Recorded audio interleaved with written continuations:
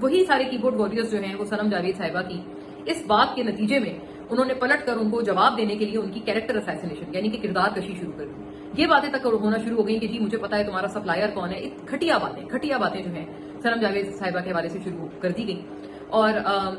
فلک جاوید جو کہ سنم صاحبہ کی بہن ہے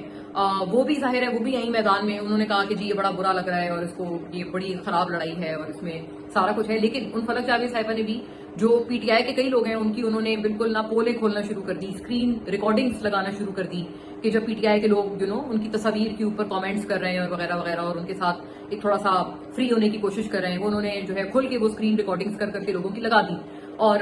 وہی لوگ جو ہیں مزے کی بات یہ ہے کہ اب وہی جو ہیں وہ ان دونوں بہنوں کے اوپر اب اس وقت اپنے تنقید کے نشتر چلا رہے ہیں. انٹرسٹنگ بات کیا ہے؟ انٹرسٹنگ بات یہ بھی ہے کہ یہ جو دونوں بہنیں ہیں یہ حکومت کی بھی آنکھوں میں, پی ایم ایل این کے بھی جو لوگ ہیں اور خاص طور پر پنجاب گورنمنٹ ہے ان کی بھی آنکھوں میں یہ دونوں بہنیں خاصی کھٹکتی ہیں. اور یہ سوال پنجاب گورنمنٹ کے, وفاقی گورنمنٹ کے کئی لوگ ہم سے پس پردہ اٹھا چکے ہیں کہ بھئی یہ سنم جاوید صاحبہ اور یہ فلک جاوید جو ہیں کہ ہر طرح کی تنقید آرمی چیف پہ کرتی ہیں اور بہت کچھ کہتی ہیں, لیکن ان کو گرفتار کیوں نہیں کیا جاتا؟ اسپیشلی فلک جاوید صاحبہ, ان کے اوپر یہ بات کی جاتی ہے کہ آپ کو پتا ہے وہ کئی دفعہ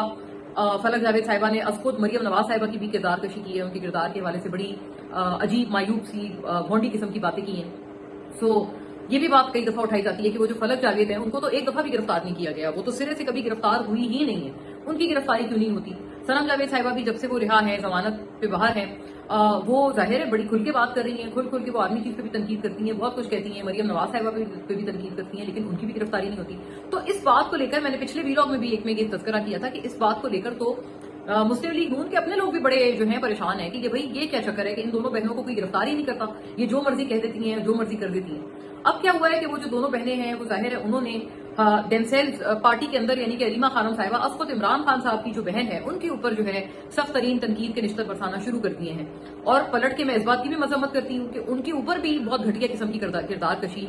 اس کے نتیجے میں سنم جاوید اور فلک جاوید کی پلٹ کے جو کی بورڈ وارریئرز ہیں وہ کر رہے ہیں. اب ایسا لگتا ہے کہ جو ایک شرازہ ہے پارٹی کا بہت بری طرح بکھر چکا ہے, اور اس پہ یہ بات کہنا ضروری ہے کہ اب آپ یہ نہیں کہہ سکتے کہ اسٹیبلشمنٹ ہماری لڑائیاں کرا رہی ہے, کیونکہ اگر اسٹیبلشمنٹ آپ کی لڑائیاں کرا رہی ہے تو آپ تو یہ لڑائیاں از خود کر رہے ہیں, آپ تو ایک دوسرے کی خود جو ہے وہ خدا نہ خواستہ جیسے کہتے ہیں کہ پتلونے اتار رہے ہیں, کپڑے اتار رہے ہیں سوشل میڈیا پہ پوری دنیا کے آگے. تو کیا یہ اسٹیبلشمنٹ کرا رہی ہے؟ کیا اسٹیبلشمنٹ کی روح آپ کے اندر گھس آئی ہے؟ یا آپ خود اسٹیبلشمنٹ کے ٹاؤٹ ہیں, اعلی کار ہیں کہ آپ وہ آپ کی لڑائی کرا رہی ہیں اور آپ کیا کر رہے ہیں, آپ ان کے اس کوشش کو روکنے کی جگہ آپ ان کی اس کوشش کو اور زیادہ کامیاب کر رہے ہیں. تو آئی تھنک اب یہ جو